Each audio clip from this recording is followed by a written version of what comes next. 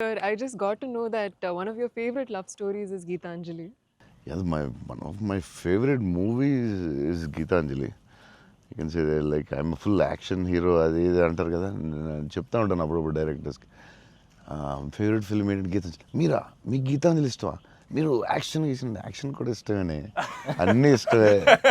But నా favourite film Geetanjali definitely all time. Mani Ratnam fan, basically బాబు Mani Ratnam fan. Geetanjali my all time favourite, no doubt. Is a love story is your favorite genre? It's not like that. I like all genres. Okay. But Geetanjali is my favorite.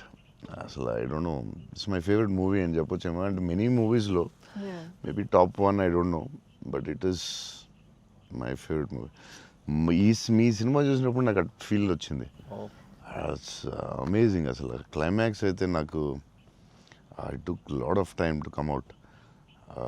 Last 20 minutes, very beautiful, very emotional, very well made film.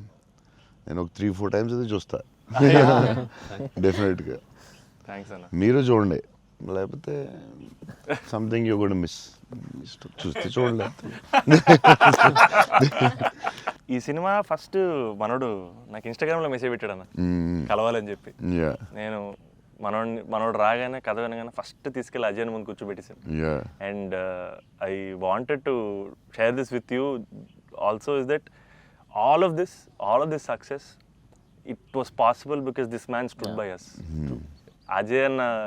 Ajay అన్న support అంతా ఇంత కాదన్న, literally.